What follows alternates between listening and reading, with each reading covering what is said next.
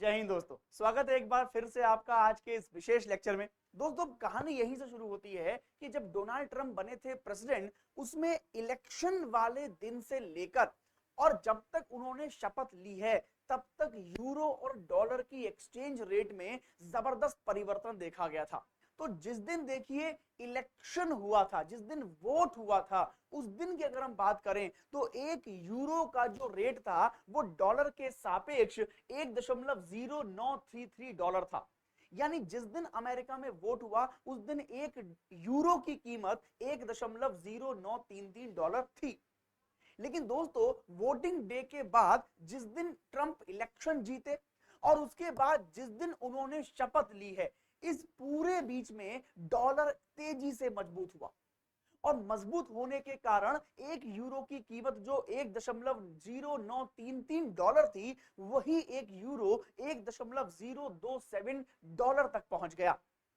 अब ये इजाफा क्यों हुआ, डॉलर क्यों मजबूत हुआ, इस पर चर्चा करेंगे आज के इस वीडियो में।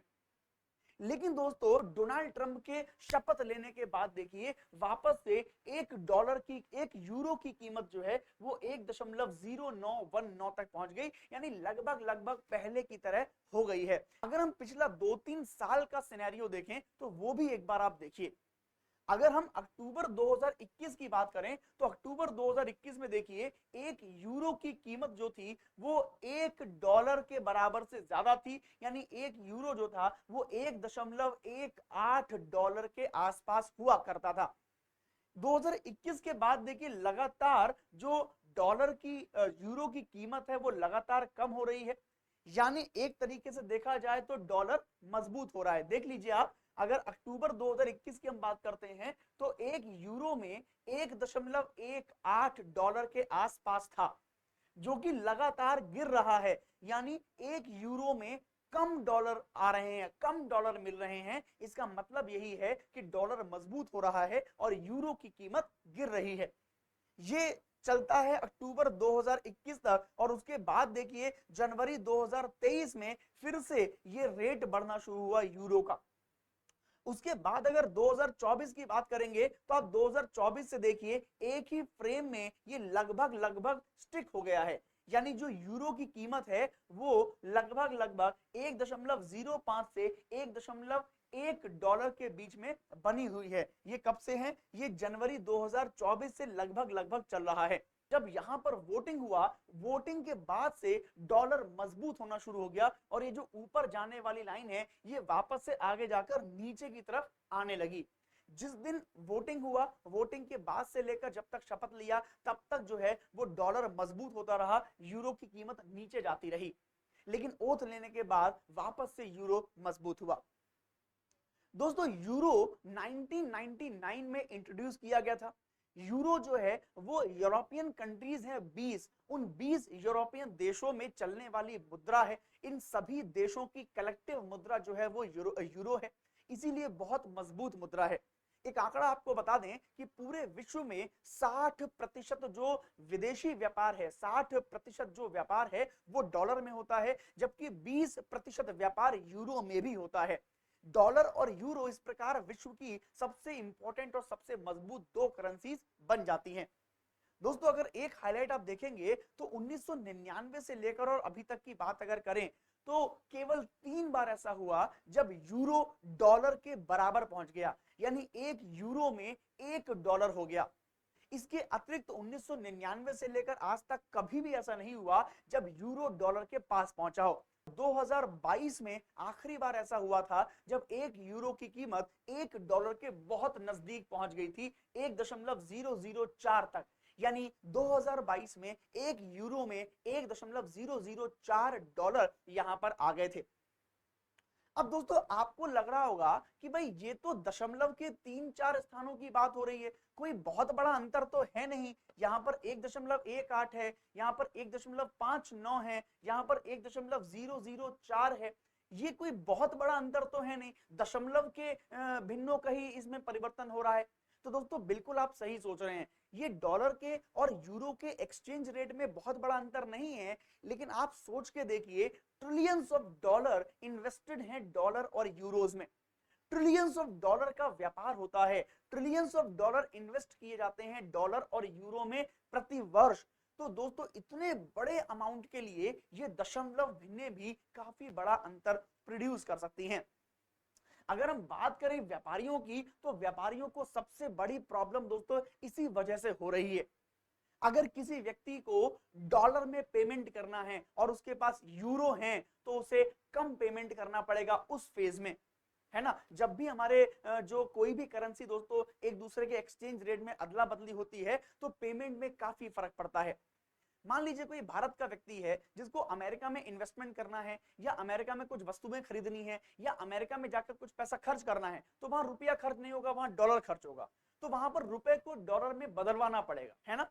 इसी प्रकार मान लीजिए कोई चाइनीज है, कोई रशियन है, उनके पास अपने अपने देश की मुद्राएं होंगी, वो दूसरे देशों में जाकर अगर खर्च करना चाहेंगे, इन्वेस्ट करना चाहेंगे, तो उन्हें उन देशों की मुद्राएं की जरूरत पड़ेगी। समझ गए कि वह रेट जिस पर एक मुद्रा को दूसरी मुद्रा से बदला जाए, ये एक्सचेंज रेट यानी विनिमय दर बहुत इंपॉर्टेंट होती है और दुनिया भर में किसी भी मुद्रा की मांग और उसकी सप्लाई पर निर्भर करती है। जिस मुद्रा की मांग ज्यादा होती है उसकी एक्सचेंज रेट भी ज्यादा होती है, और जिस मुद्रा की मांग कम होती है उसकी एक्सचेंज रेट भी कम होती है। यानी जो एक्सचेंज रेट है ये विभिन्न देशों में जो मनी मूवमेंट है यानी धन का जो आवागमन है उसको भी बैलेंस करती है, और विभिन्न प्रकार के जो एक्सपोर्ट इंपोर्ट हो रहे हैं उसको भी बैलेंस करती है। एक्सचेंज रेट का मतलब समझ में आ गया कि एक मुद्रा से दूसरी मुद्रा का अदला बदली करने के लिए जो रेट होती है वही दोस्तों एक्सचेंज रेट कही जाती है। देखिए मैंने क्या बताया, अगर हम डॉलर और रुपए के सापेक्ष को समझें तो बड़ा इजीली आपको समझ में आ जाएगा। मान लीजिए एक डॉलर में हमारे यहाँ इस समय रेट चल रहा है मान लीजिए 85 रुपए, आगे जाकर एक डॉलर में हो जाते हैं 90 रुपए। अगर एक डॉलर में 90 रुपए हो जाते हैं, इसका मतलब क्या होगा कि डॉलर और मजबूत हुआ है, डॉलर की डिमांड और बढ़ी है और रुपया और कमजोर हुआ है। सीधी सी बात। इसका अगर उल्टा हो जाए, एक डॉलर में 85 रुपए थे, मान लीजिए वो कम हो जाए 80 रुपए रह जाए, इसका मतलब क्या होगा कि डॉलर कमजोर हुआ है और रुपया मजबूत हुआ है। जब डिमांड किसी भी मुद्रा की बढ़ेगी तो उस मुद्रा का वैल्यू भी बढ़ेगा। अगर एक डॉलर में 85 रुपए थे और वो 90 हो गए हैं, इसका मतलब रुपए के सापेक्ष डॉलर की डिमांड बढ़ी होगी, लोगों ने डॉलर में ज्यादा इन्वेस्ट किया होगा, लोगों ने अमेरिका में ज्यादा वस्तुएं खरीदी होंगी, लोगों ने अमेरिका में ज्यादा पैसे खर्चे किए होंगे, लोगों ने वहां के गवर्नमेंट बॉन्ड में ज्यादा पैसे खर्चे किए होंगे, ज्यादा इन्वेस्ट वहां पे किया होगा, जिससे डॉलर की डिमांड बढ़ गई। खास तौर पे अगर हम किसी भी मुद्रा से किसी मुद्रा की बात करते हैं तो फिर दोस्तों वहीं के सापेक्ष बात करते हैं। यानी अगर डॉलर और रुपए की बात कर रहे हैं और रुपया कमजोर होता जा रहा है, इसका मतलब भारत से खूब सारा रुपया अमेरिका में जा रहा है। इसी प्रकार अगर मान लीजिए किसी दूसरी करेंसी की बात करें, मान लीजिए हम बात कर लें यूरो की और डॉलर की, तो वहां भी यही होगा। बहुत सारे ऐसे अमेरिकन होंगे जो यूरोपियन कंट्रीज में जाकर वहां पर पैसा खर्चा करते होंगे, बहुत सारे अमेरिकन ऐसे होंगे जो अपने डॉलर्स को यूरोपियन कंट्रीज में जाके इन्वेस्टमेंट करते होंगे, बहुत सारे ऐसे अमेरिकन होंगे जो वहां पे जाके बॉन्ड खरीदते होंगे। ये सारे काम करने के लिए उन्हें यूरो चाहिए होगा, यानी ये सारे काम यूरो की डिमांड बढ़ाएंगे। जब यूरो की डिमांड बढ़ाएंगे तो यूरो की वैल्यू बढ़ेगी। बिल्कुल सेम यही चीज अगर यूरोपियन बहुत सारे लोग अपना इन्वेस्टमेंट अमेरिका में करें, बहुत सारे यूरोपियन जो हैं वो अमेरिका में जाके परचेजिंग करें, गुड्स खरीदें, सेवाएं खरीदें, सेवाएं वहां पे खर्चा पैसा करें, ठीक है ना। इससे क्या होगा, डॉलर की डिमांड बढ़ेगी।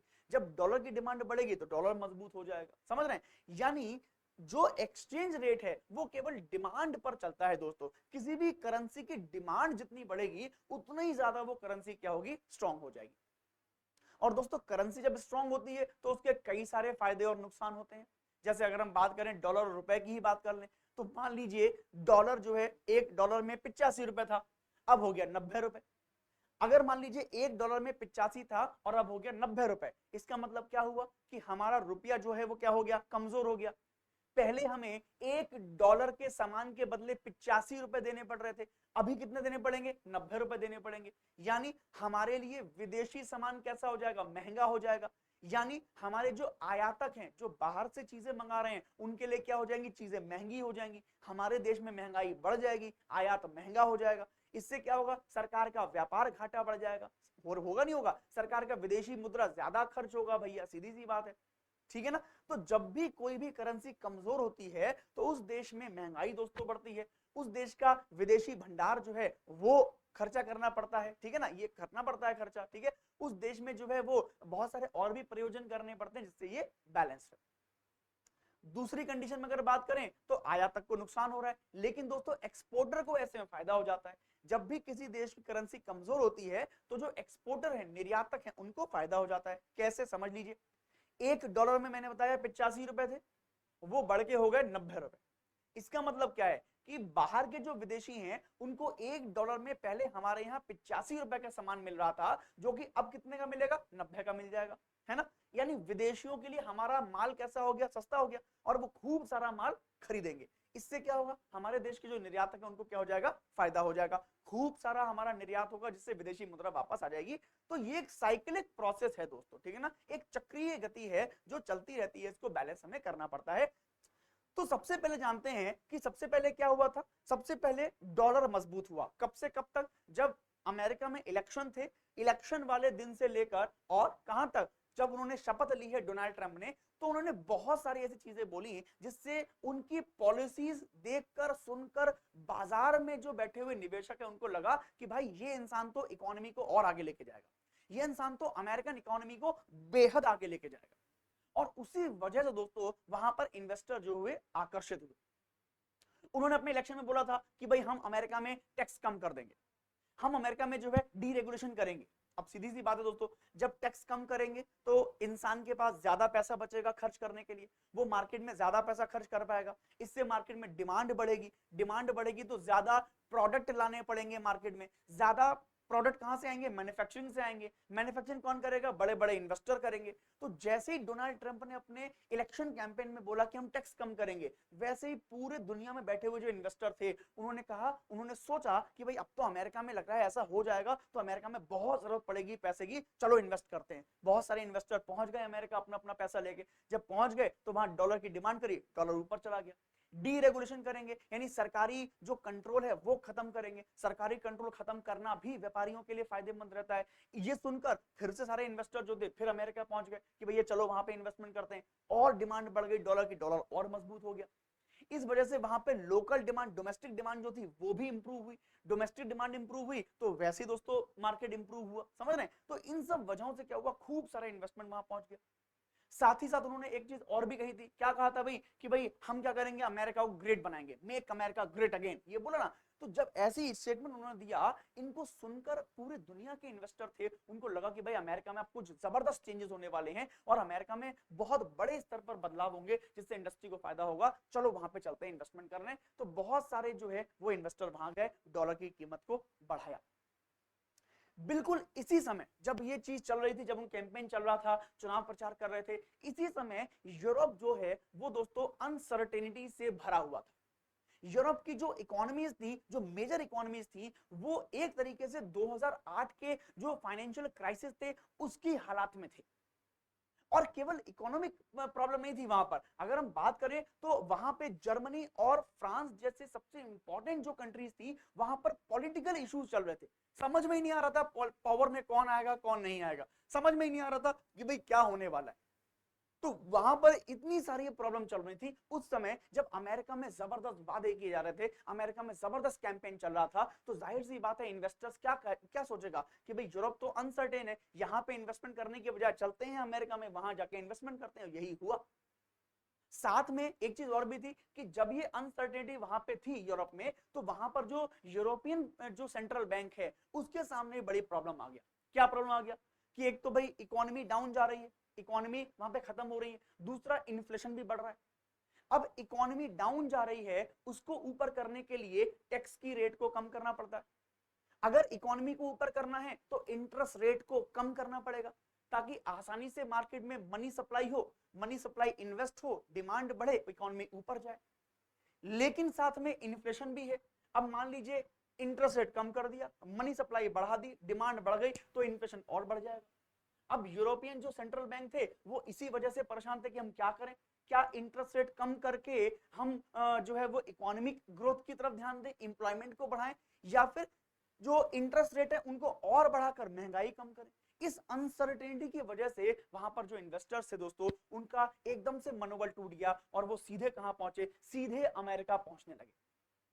सारा का सारा जो यूरो में इन्वेस्टमेंट था वो डॉलर में पहुंचने लगा, डॉलर की डिमांड बढ़ने लगी और उन 2-3-4 महीनों में खूब सारा इन्वेस्टमेंट अमेरिका में हुआ, खूब सारी डॉलर की डिमांड बढ़ी। उसी वजह से यहां पर आप देख रहे होंगे कि डॉलर का जो रेट था वो इंप्रूव हुआ और एक यूरो का रेट जो था वो थोड़ा सा डाउनवर्ड हुआ। ये पहले फेज में हुआ था जब डोनाल्ड ट्रंप जो थे वो इलेक्शन कैंपेन में अपना थे और बाकी सब काम चल रहा था। अब इसके बाद शपथ ले ली भाई, डोनाल्ड ट्रंप जीत गए, शपथ ले लिया। जब शपथ ले लिया भैया उसके बाद मामला गड़बड़ हो गया। क्या गड़बड़ हो गया भाई? उनके 2 महीने शुरुआत के जो थे ना वो टैक्स कट तो छोड़िए, सबसे पहले 2 महीने जो थे वो केवल और केवल निकल गया किसमें? टैरिफ लगाने में। वो भाई लगातार धड़ाधड़ टैरिफ लगाए जा रहे हैं, हर देश पर, हर व्यापार पर लगाए जा रहे हैं। जब इतने सारे टैरिफ उन्होंने एक साथ लगा दिए, एक साथ अनाउंस कर दिए, अभी भारत पर भी बोला है कि भारत के साथ हमारे मैत्री संबंध हैं, लेकिन 2 अप्रैल से भारत पर भी बहुत सारे टैरिफ लगने वाले हैं, उनका क्या फर्क पड़ेगा हम देखेंगे अगले लेक्चर में। लेकिन फिलहाल उन्होंने कहा इतने सारे टैरिफ लगा दिए, उन टैरिफ की वजह से क्या हुआ? इंपोर्ट एक्सपोर्ट सब खराब हो गया, सब एकदम इफेक्टेड हो गया।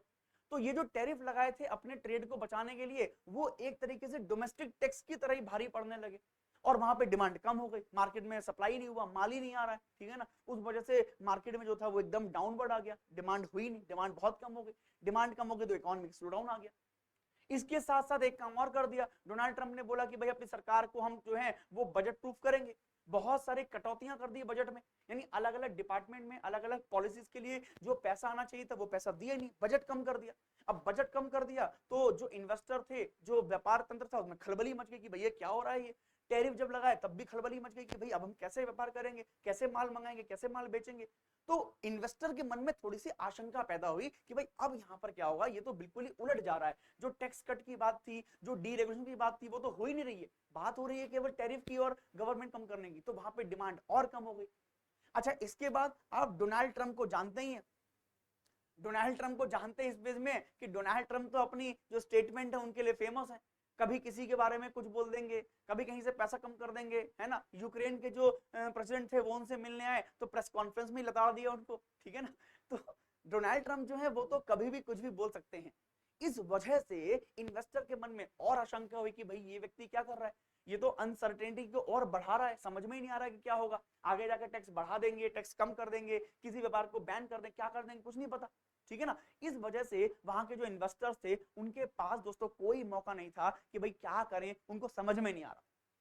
इसी बीच में जो ओईसीडी है, organisation of economic cooperation and development संगठन, उन्होंने क्या करा, एक रिपोर्ट पब्लिश करी। रिपोर्ट का नाम था steering through uncertainty.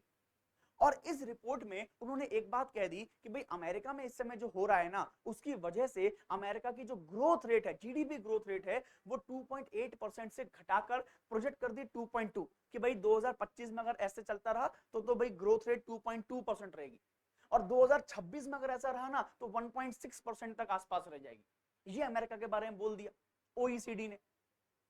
OECD important क्यों है? Organisation of economic cooperation and development, economic cooperation के लिए बहुत बड़ा ग्रुप है ओईसीडी। इसके साथ साथ ओईसीडी ने यूरोप के लिए क्या बोला कि भाई यूरोप में जो चीजें चल रही थी वो अब खत्म हो रही हैं, और यूरोप की ग्रोथ रेट को बढ़ा दिया। यूरोप की ग्रोथ रेट प्रोजेक्ट करी 1% और आगे जाकर 1.2% 2026 के लिए। जब इस तरह की चीजें दोस्तों यहां पर हुई तो यहां पर फिर से एक चेंज देखने को मिला, और यहां पर जो अमेरिका में इन्वेस्टर थे वो बहुत ज्यादा मायूस हो गए। क्यों? क्योंकि अमेरिका में ग्रोथ रेट कम हो रहा था, प्रोजेक्शन खराब हो रहे थे, अनसर्टेनिटी थी। इसके बाद वहां के इन्वेस्टर को समझ में नहीं आ रहा था क्या हो रहा है, मार्केट लगातार नीचे की तरफ जा रहा था, बहुत सारे डॉलर्स ऑलरेडी खत्म हो चुके थे, ऑलरेडी बर्बाद हो चुके थे। तब यहां पर क्या हुआ, लोगों ने सोचा कि भाई पता नहीं क्या होगा, और जब इस तरह की चीजें हुई, शेयर मार्केट डाउन गया, इकोनॉमिक स्लो डाउन आया, साथ में जो है वो टैरिफ लगातार लगाते जाए, और भी कई सारी चीजें हुई। इस वजह से दोस्तों यहां पर क्या हुआ, ये जो इन्वेस्टर थे इन्होंने क्या करा, भाई अपना पैसा निकालना शुरू कर दिया और पैसा अपना लेके चले गए। जब इकोनॉमिक स्लोडाउन आया तो अमेरिका का जो फेडरल रिजर्व है, यानी अमेरिका का जो केंद्रीय बैंक है, इन्होंने क्या करा, इन्होंने भाई तुरंत से तुरंत इंटरेस्ट रेट को कम किया। जैसे इंटरेस्ट रेट को कम किया तो इनका मकसद क्या था कि इकोनॉमिक जो स्लोडाउन है उसको इंप्रूव करा जाए। इंटरेस्ट रेट कम हुई तो मार्केट में आसानी से पैसा पहुंचा, मनी सप्लाई पहुंचा, मार्केट में मनी सप्लाई पहुंचा तो डिमांड बढ़ी, डिमांड बढ़ी तो इकोनॉमिक स्टेबिलिटी की तरफ आगे बढ़े। लेकिन जैसे ही इंटरेस्ट रेट कम हुआ वैसे ही जो गवर्नमेंट बॉन्ड में जो इंटरेस्ट मिलता किसी को वो कम हो गया। यानी जिन भी लोगों ने अमेरिकन गवर्नमेंट बॉन्ड में इन्वेस्टमेंट कर रखा था, अब उनको कम पैसा मिलेगा, कम इंटरेस्ट मिलेगा, सीधी सी बात है, वो नुकसान हुआ। तो उस वजह से क्या हुआ, जो बाहर के इन्वेस्टर थे गवर्नमेंट बॉन्ड वाले, वो भी चले गए। अब गवर्नमेंट बॉन्ड में इंटरेस्ट नहीं मिल रहा है, शेयर मार्केट नीचे जा रहा है, इकोनॉमिक्स डाउन है, इन सब चीजों को देखते हुए बहुत तेजी से क्या हुआ, यहां से पैसा जो था वो निकलने लगा, बहुत तेजी से पैसा यहां से निकलने लगा, और जिस वजह से डॉलर की डिमांड कम हुई, डॉलर की डिमांड कम हुई तो यूरो की वापस से डिमांड दोस्तों ऊपर की तरफ आ गई। तो ये पूरा मैटर था यहां पर जो मैंने आपको समझाने का प्रयास किया। अब एक बात और निकल के आती है कि भाई डॉलर और यूरो के इस पूरे घालमेल में भारत में रुपए पर क्या फर्क पड़ेगा, भारत में रुपए पर क्या इंपैक्ट आएगा। तो डेफिनेटली दोस्तों भारत में रुपए पर इंपैक्ट पड़ेगा।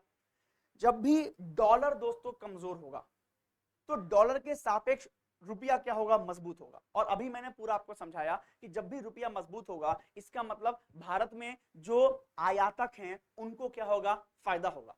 रुपया मजबूत होने का मतलब है कि $1 में अगर 85 थे तो अब $1 में 80 रुपए रह गए। इससे क्या होगा, भारत के जो आयातक हैं फायदा होगा। पहले 85 रुपए में $1 का सामान आ रहा था, अभी 80 में आ जाएगा, भारत के आयातक को फायदा होगा। ठीक है, लेकिन आयातक को फायदा होगा तो ज्यादा इंपोर्ट होगा, ज्यादा इंपोर्ट होगा तो फिर वही कहानी होगी, हमारे यहाँ से खूब सारा विदेशी मुद्रा चला जाएगा। समझ रहे हैं, तो मिले जुली है चीजें यहाँ पर, है ना। अगर हमारी करेंसी मजबूत होती है तो हमें ऋण भी आसानी से होता है ना, हमारा ऋण भी आसान जाएगा। मान लीजिए $100 का हम पे कर्जा था, 85 रुपए चल रहा था रेट, अभी रह गया 80, तो अभी क्या करना पड़ेगा, $100 के बदले कम पैसा देना पड़ेगा। सीधी सी बात है, कर्जा उतना को उतना ही है लेकिन पैसा कम देना पड़ेगा क्योंकि हमारी करेंसी स्ट्रांग हो गई है। समझ गए। ऐसे ही दोस्तों अगर मान लीजिए हमारी करेंसी लूज होती है तो उस पर जस्ट उल्टा इंपैक्ट पड़ता है, यानी हमारी करेंसी जो है वो कमजोर होने पर हमारे देश में महंगाई बढ़ जाती है और हमारे देश में ज्यादा पैसा दोस्तों नहीं रुकता। ठीक है ना, इस तरह की चीजें आपको समझ में दोस्तों आनी चाहिए। तो ये पूरा लेक्चर था जो मैंने आपको समझाया। मुझे उम्मीद है कि एक्सचेंज रेट और उसके इंपैक्ट आपको समझ में यहाँ पर पूरी तरीके से आ गए होंगे। मैं आपके लिए ऐसे ही वीडियोस तो और भी लेके आता रहूंगा, और भी इंपॉर्टेंट वीडियो हम लोग पढ़ते रहेंगे। बने रहिए इस चैनल पर मेरे साथ एंड तक। आप सभी को बहुत बहुत शुभकामनाएं, आप सभी का बहुत बहुत धन्यवाद। जय हिंद।